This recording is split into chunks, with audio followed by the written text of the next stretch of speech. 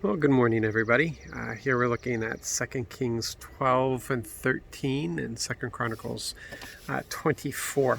There's a lot in here. There's a lot of things that really grabbed my attention, but the most was with the stoning of Zechariah. Zechariah gave them a really fantastic word.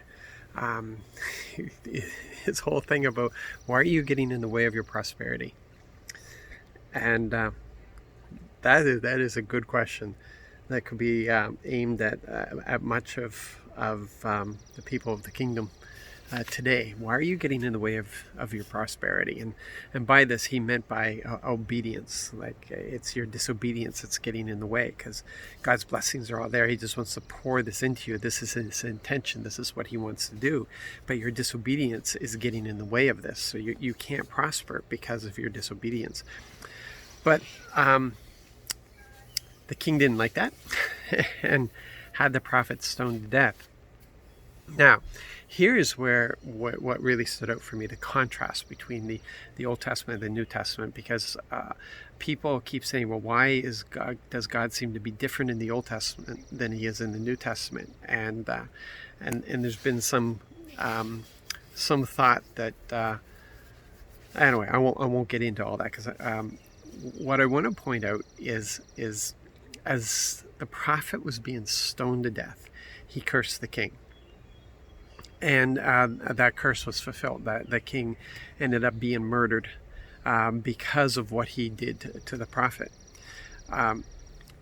So in the Old Testament, we have the things of vengeance, justice, vengeance, and immediate punishment is what we see here, and that was the atmosphere. That's how things were at that time, because Jesus Christ hasn't come yet and ushered in this age of grace.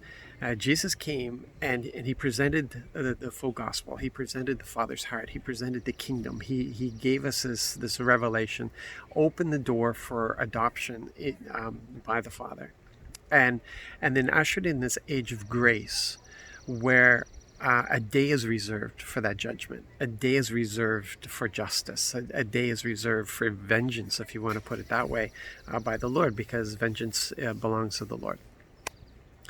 And so that day has been reserved, and we're now in this age of grace, so that as many people can have the opportunity to enter in. Because could you imagine what would happen in this age if we were put to death for every time we offended God?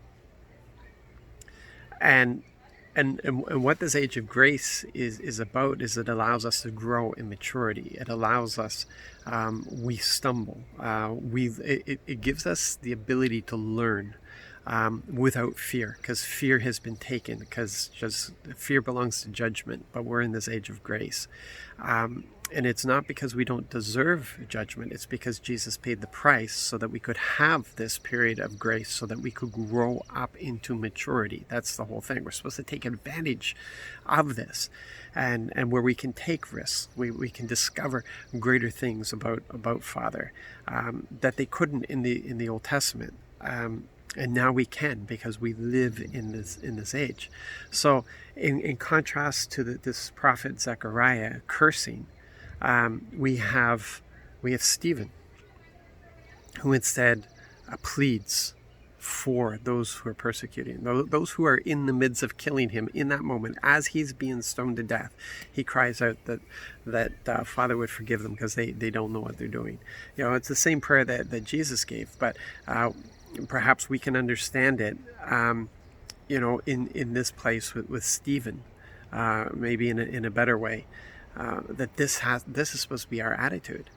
We are fighting for people, even people who are our enemy. We are occupied with them because of this age of grace that we're in. We're not in this age of vengeance, but some of us are. We're not in this age of justice, but some of us are. We're not in this age of immediate punishment, but some of us are. Because some of us are living a new Old Testament instead of walking in the grace and the mercy, the forgiveness of the New Testament. So yeah, I want to leave that with you.